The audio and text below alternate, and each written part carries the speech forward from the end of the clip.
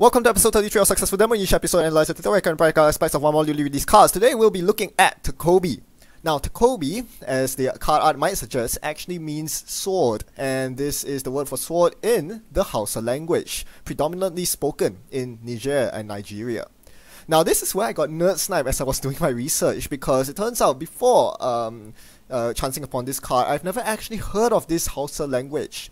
And it turns out that it's actually one of the most commonly spoken African languages in Africa, with a native speaker population of over 30 million. When you talk about African languages, what I'm commonly associate with that are languages like Swahili and Zulu. It turns out that the media that I'm commonly exposed to are very much biased towards South Africa and eastern parts of Africa, which is why I'm not very well acquainted with Africa, the culture and languages of Africa in the more northern parts, like the population heavyweights like Ethiopia and in this case Nigeria. So yeah, it's very good to dive into this treasure trove of culture as we explore the African Netrunner universe. But yeah, where were we again? Yeah, right, yeah, we have a card to talk about. It's Takobi.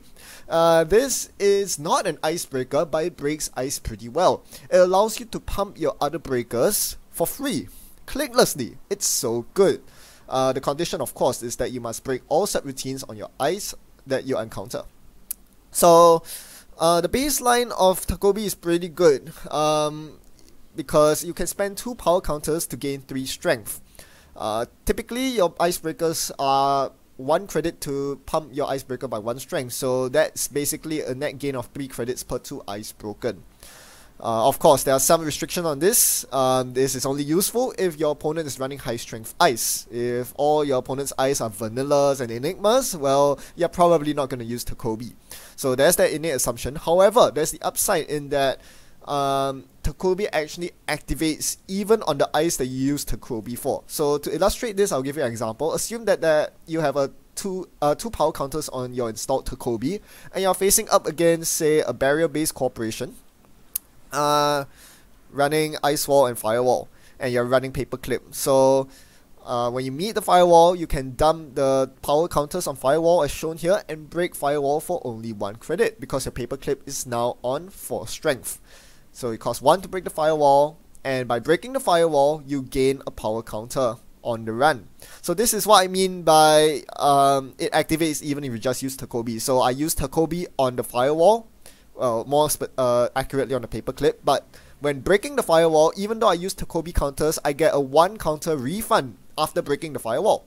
Then we move on to an inner ice, say an easy to break ice like ice wall. We break it trivially for 1 credit, and we gain another power counter. What this means is that by breaking these 2 ice, I'm breaking even on the power counters on Takobi. I started with 2 on this run, I ended with 2 power counters. So breaking 2 ice at a time allows you to self-sustain your Takobi, meaning that I can repeatedly run this firewall ice wall server for a mere 2 credits. When without Takobi, I'll be paying 5 credits, 4 for the firewall, 1 for the ice wall. So you can see how good Takobi is. If you're breaking lots of ice, the power counters can regenerate very quickly, and yeah, you can make easy work out of these high strength ice, because the power counters can regenerate so quickly. If we compare Takobi to a card that returns like Cyberdelia, they both have the same trigger. They return you money when you break all subroutines on a piece of ice. Takobi is much better than Cyberdelia in the payout department, paying 1.5 credits on average per ice compared to the 1 credit of Cyberdelia, and it isn't limited to once per turn. This is actually a big advantage in favor of Takobi. This means that an aggressive runner, or one that runs through a lot of ice, such as a 3 to 4 ice server, can benefit way more from Takobi than the Cyberdelia, which is restricted to just once per turn. It is also cheaper to install at 2 credits. So if you're looking for a pseudo-economy engine, Takobi provides that exactly. Unfortunately, it is unique, so you cannot stack multiple Takobis and farm power counters like there's no tomorrow. You also cannot use it on AI breakers, so Takobi plus AI breaker isn't a one-stop solution. However, when it was first released, the AI breakers weren't exactly what I was thinking of. I was more thinking of fixed strength breakers because Takobi synergizes very, very well with them. And no better, and yeah, you can't really find a better fixed strength breaker than York.0. This is an amazing match made in heaven, allowing you to break code gates of up to 6 strength with just 1 pump on Takobi. It is absolutely ridiculous given that York basically breaks code gates for free. Oi beyoken! Bakam gonggong ziki. Huh? What? Alambra yoga rotatos rally. More spin malam doge zoom doge hippo zoom zoom doge. Right, yeah, of course, I forgot. Yogo is rotato. So I guess we won't be playing York with Takobi anytime soon. Well, still, it's a decent card, don't get me wrong. Too bad the best use case doesn't exist, and so it becomes a lot harder to find a situation where Takobi is worth the slot. I mean, don't get me wrong, Takobi is useful in most decks, but it is typically a card that is not strong enough to justify making the 45 cards in your runner deck. While it works very well with awkward pumping breakers, think a lot of criminal breakers where you have to pay multiple credits to pump by 2 or 3 strength. Sometimes you don't. Sometimes that will over pump your breaker and you're wasting money in the process. Well, Takobi elevates that for you. Unfortunately, it is pricey at 3 influence. And when you think about it, multi-threader is just better in every way. It's more reliable in that it doesn't require you to be breaking high strength ice. It costs less influence than Takobi at 1 instead of 3. And they both hog memory anyway, which is another restriction you have to keep in mind when playing Takobi. Because of that, Takobi is basically has its use case limited to Shapers for now. Unless Anarchs get another York.0, I don't think you can really justify playing Takobi out of faction even as a one-off. You just would rather do multi-threader. So because of that, what kind of Shaper deck can best leverage Takobi? I'm thinking Takobi goes pretty well with Inversificator. Even though it's not a fixed strength breaker, even though it isn't really awkward to pump, Inversificator is actually really expensive to use, being at base strength 2 when a lot of nasty code gates are at strength 5 or 6 with multiple subroutines. In those scenarios, Takobi works very well to show up the weakness now that Inversificator's on the most wanted list. You can't play it together with Magnum Opus, so Inversificator decks will tend to be very poor. This is where Takobi steps in and says, well, you're not going to pay so much for breaking ice. It also helps with our Sentry Breaker, which is going to be Femme Fatale for the bypass. But if we are breaking sentries with Femme, well, we don't have to worry about pumping our Femme because Takobi will do that for us, saving us 6 credits if we are breaking 5 strength for higher sentries. That is a huge credit save and makes this a very good synergy. So our Inversificator kit will be just this. Lots of good breakers and Takobi to make them good. Unfortunately, because we're spending so many slots on breakers, our kit deck will have very little in the way of defending against alternate win conditions like damage and tags. This is something that we're going to witness in the upcoming game. So buckle up your seatbelts and we're going to go in for a ride.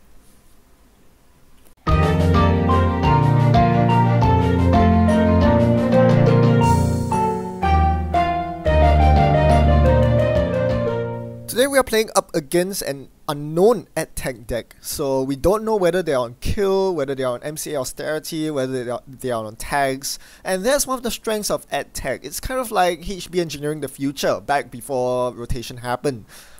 Very generic but very powerful identity. As such, there are a lot of archetypes you can play from it, typically Glacier, so we expect that we should be able to deal with their ice fairly well. My opponent goes for a triple ice opening with a remote ice, so it looks like they might be thinking of rushing out early and hinging on their attack ability to gain them early money. As you see here, I'm basically forced to give them events. They name events, so every time I play an event on a turn, they get 2 credits. Or rather, on each turn I play an event, I should say.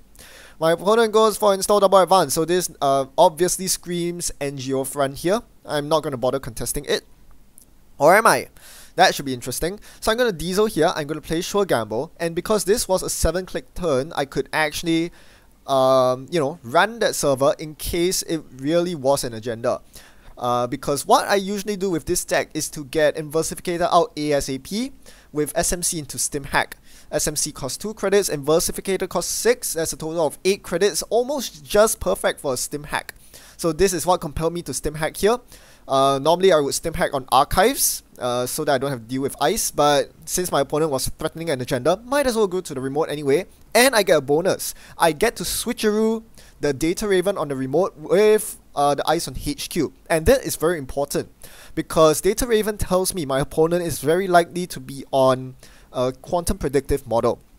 So QPM's an agenda that I don't really have any answers for outside of Fem, but why bother Femming a Raven when you can swap it onto an irrelevant server like HQ?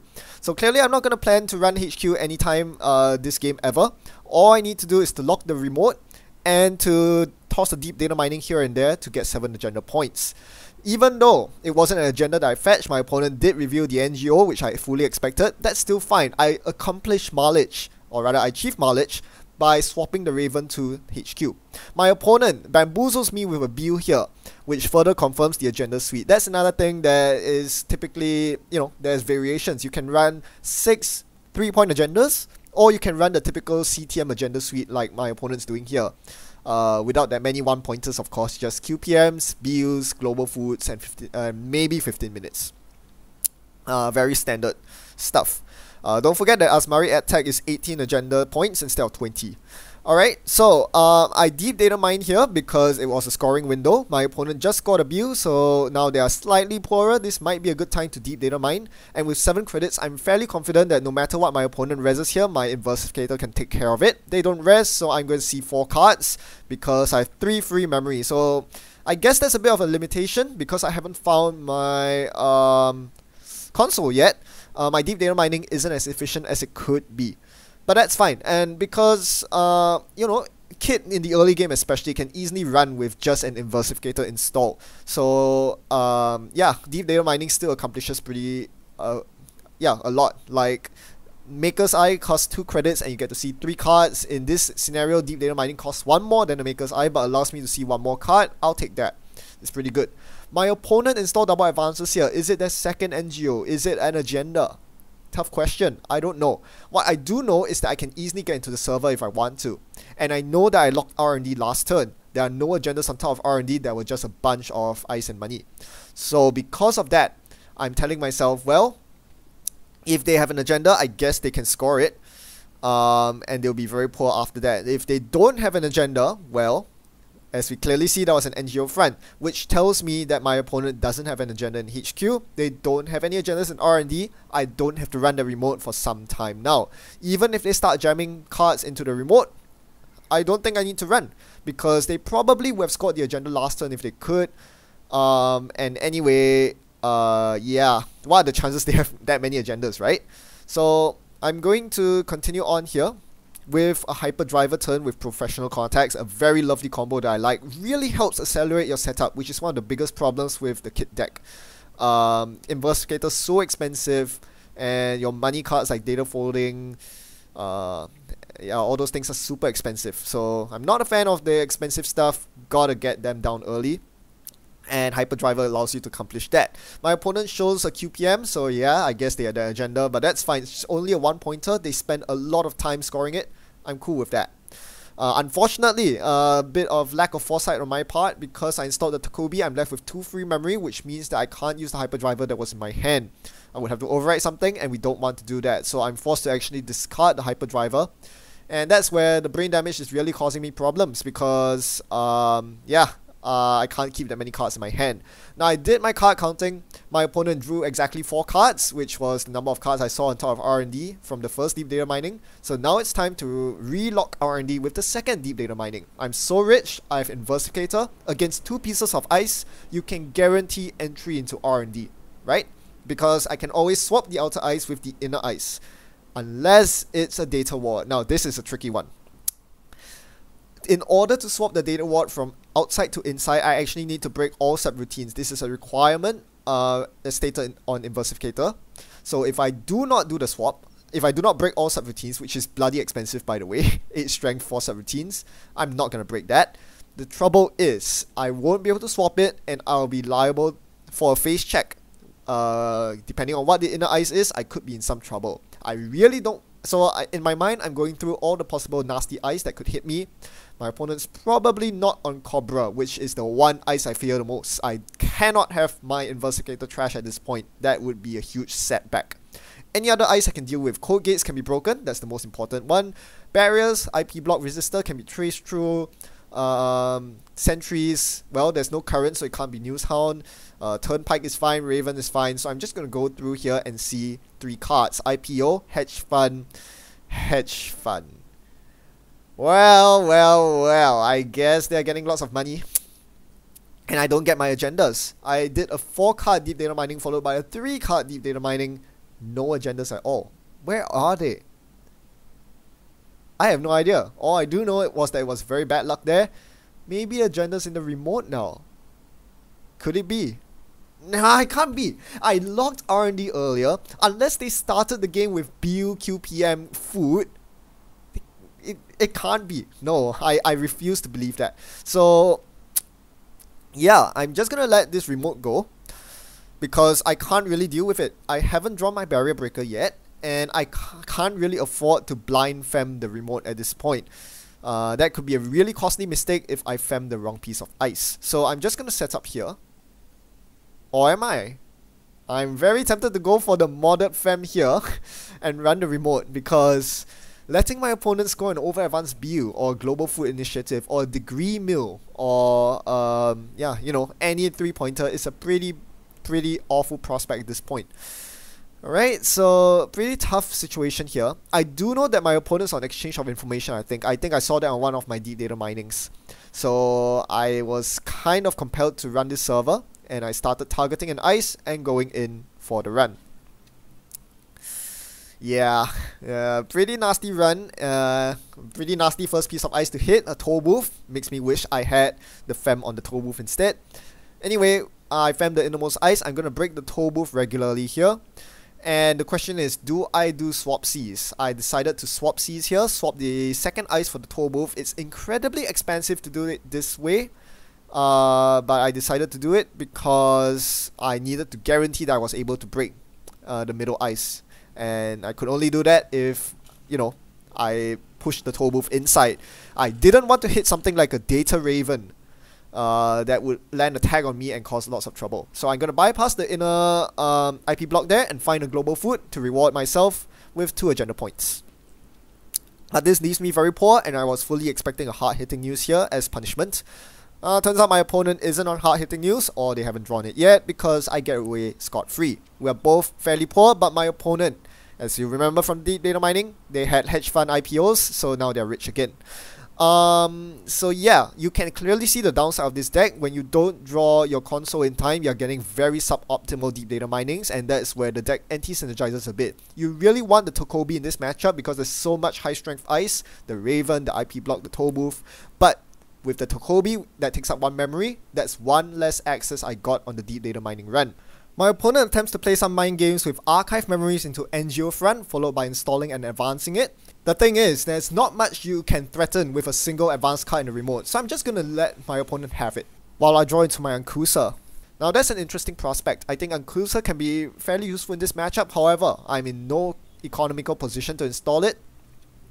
And I have to be careful about pre-installing my breakers with this deck, because you do not want to install more programs than necessary. As discussed before, the amount of work your deep data mining does is directly dependent on how many programs you install. The fewer the better. So let's not install the Ankusa unless absolutely necessary. With Kit's ability and Inversificator, we can get pretty far without having to break barriers with a Fractor. Alright, I ditched a couple of cards there. It's important to note that this deck has 3 deep data minings. I'm looking for my last deep data mining as well as my console, which is long overdue.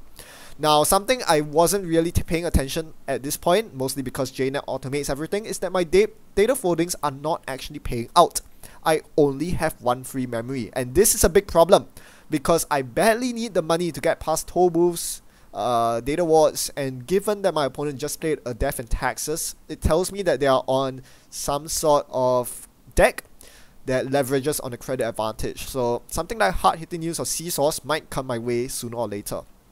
I need to keep a flow on credits. I need those credits to break ice, so I cannot go without my console, and this is a big problem that I should have addressed. Instead of going aggressive on R&D like I'm doing here, what I really should be doing is to hard draw for my console and install it. So a mistake by me, I finally draw my console, but at this point it still hasn't hit me that my data foldings are not paying off. Otherwise, I would have installed the Daredevil right there and then. So my opponent reviews that the so-called NGO in the remote was a global food after all. Oh, the horror! I rused myself into thinking that was not an agenda. This is really bad. They're now on 6 agenda points. I'm on 2. They have so many outs to get the last agenda point. So I'm hammering Centrals at this point to get some sort of out on Centrals, but it falls short. My Central runs this game have been bollocks. Absolute bollocks. And after that run, I was looking at my hand and going like, well, these data foldings, man. I need more of them. I need more money. So I dropped my data folding after analyzing death and taxes, giving my opponent 1 credit for the folding. Yeah, I guess that's fine. And click for credits. I don't want to land in hard-hitting news range. Again, it hasn't clicked in my head yet. I'm not getting money from the foldings. I'm so dumb. So I'm going to start my turn without the 3 data folding credits. At this point, I've lost, I think, 7 credits from data folding.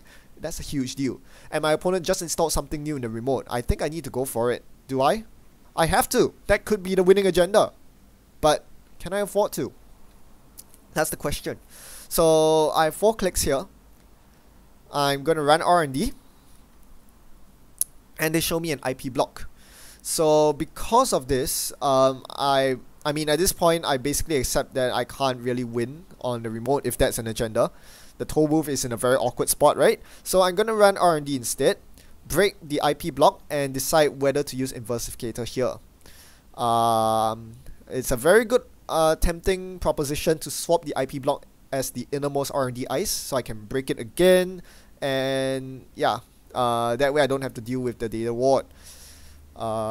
Because breaking the IP block once more will give me another Takobi counter, which I can use later on. So I'm gonna go past the IP block here, swap the IP block, not with the innermost data ward, but with the remote ice. So the reason I did this here was because I wanted to have both I wanted to know what the ice on the remote was. This way I can, you know, run the server with greater confidence. I see a Brian Stinson on R&D.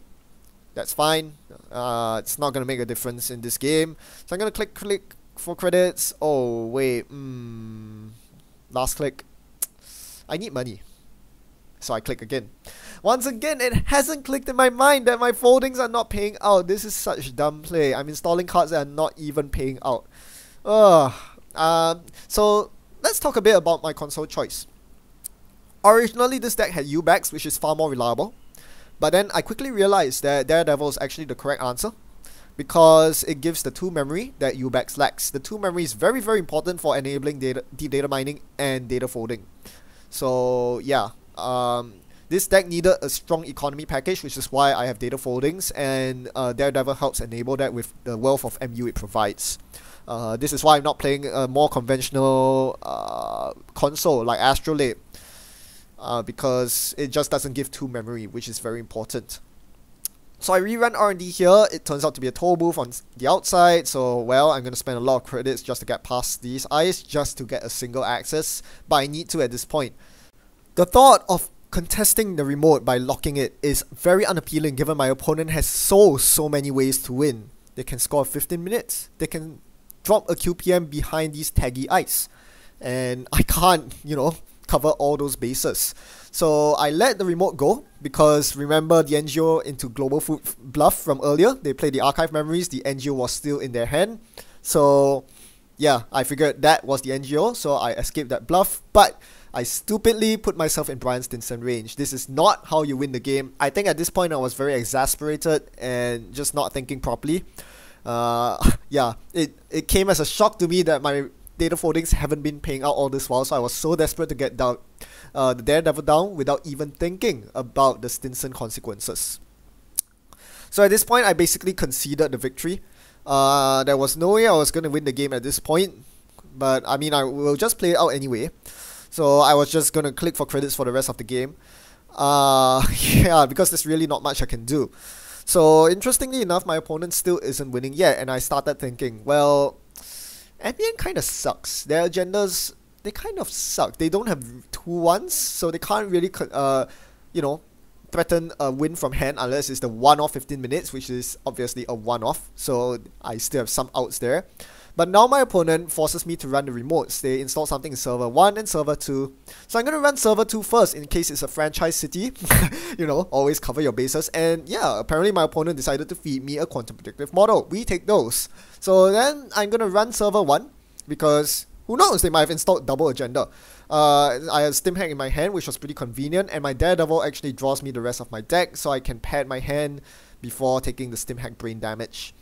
I'm gonna swap the IP block into the second most slot so that so that this entire run I'm breaking 2 IP blocks with Inversificator and bypassing the last one with Fem, accessing what is surprisingly a Project Bill. Okay, now we have a game on our hands. We are both on match point. I have 5 points, they have 5 points, but I need to be aware that they have exchange of information. I saw that earlier. We don't want to be in range of that. Obviously, if I was playing this right, I would have more data folding credits and I wouldn't have conceded the Brian Stinson. So, you know, exchange wouldn't even be an option for my opponent. But now I'm liable to it. Turns out my opponent doesn't have it yet, so I'm still good. They are frantically drawing through my deck, and at this point I have to ask myself, are they running 15 minutes? So, triple global food, that's 9 agenda points. Triple Bill, 6 agenda points, that's 15 in total. There are 3 remaining agenda points, 2 of which I know are quantum predictives. The last one could either be a QPM or 15 minutes. If I think my opponent's running 15 minutes, I need to slam their R&D, slam their hand to lock it down, which is why I'm running R&D here. I see a Data Raven and I'm like, nope. That would be a very risky move, right? If I run through a Raven only to hit quantum predictive. So I can't do that. I think I'm jacking out here. But what about the remote? I really should check the remote. It could be the third Project Bill that wins me the game. It could be a quantum predictive that also wins me the game. But because I spent my Inversificator, or rather my kit ability on the Raven, I don't have it for the remote. Not that it matters because the outermost ice is a toll booth anyway. I can't really afford this toll booth. I would have checked this remote if I could, don't get me wrong. But I'm counting the credits and it just doesn't add up. I need to break the toll booth.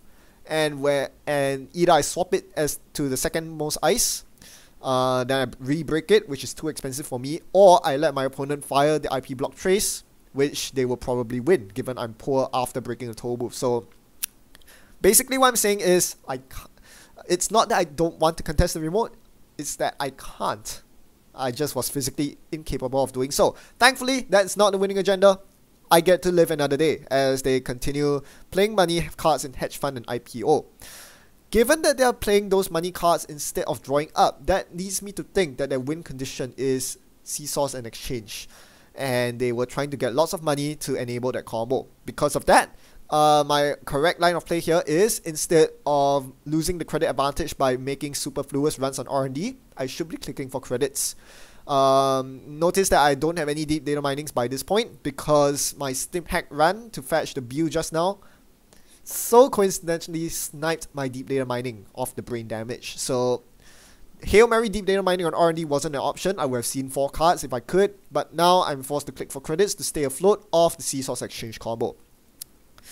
Looks like my opponent hasn't drawn their 15 minutes yet, or they're not running it, so it looks like I'm safe for another day. What are they gonna do here? It's a tricky situation between both of us. That one turn where they played 2 agendas in a row came back to bite them really hard. I think they could have easily done well by, you know, sliding the QPM in the remote followed by sliding the Bill in the remote. At least drag me through the remote 2 times instead of feeding me a free QPM. So a bit unfortunate there. But now we are at a stage of the game where I have all the money I need, but I need to be careful about Seesaws Exchange, and at the same time, I need to maintain the correct level of aggression because they might win with 15 minutes. It is a very tenuous situation. I think I said we were on 5-5 just now. That's a mistake. I was on 5 agenda points, but my opponent's on 6. That's how Global Food Initiative works. So, click 1, they draw a card. Click 2, they take a credit. Click 3, they take a credit. Okay. So this is where I started to reason out my opponent's agenda suite. As mentioned, they are running 3 foods, 3 builds that I'm fairly sure of. It all comes down to what their final agenda is. I know they have 2 QPMs, they have 1 more agenda point unaccounted for. Is it the 3rd QPM or is it the 15 minutes? Because that drastically affects how I play. If it's the QPM, I can remote lock. Otherwise, I need to aggressively pound centrals. Given that their previous turn was draw card, take 2 credits, it leads me to think that they are not on 15 minutes. If they were, they would be aggressively drawing for their winning 2-1 agenda. Given that it's a Data Raven on HQ, I think my opponent would be content to keep any remaining agendas in hand. After all, I really want to run through a Data Raven knowing that there's a possibility that there's a QPM floating around somewhere? I think not. So HQ is pretty safe. If I were my opponent, I would just frantically draw from R&D in order to find the 15 minutes. And speak of the daredevil, my opponent did exactly that the next turn. So I'm like, okay, I think 15 minutes is live here. I need to change my plan. I can't be clicking for 5 credits every turn. Now, there is a very reliable line of play that I can take here. They haven't installed anything new in the remote, so I don't have to run it. But because my opponent has been drawing so aggressively, they must have drawn into some other agendas as well. Either of the last global food of Project B would win me the game. So what I'm going to do here is to use the legwork in my hand, but not before getting rid of the Data Raven on HQ. To do that, I'm going to run into the toll booth that's on the remote. Because it's a code gate, I'm going to be able to break it with Inversificator. I'm actually breaking this normally even though I'm femming it. That's because I want to reposition it onto HQ, and to do that I need to break the subroutine instead of bypassing it.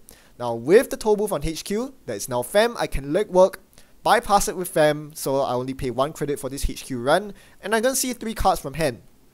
First card, immediately I see the 15 minutes. I made the right choice. This is a moral victory even though I haven't won the game yet.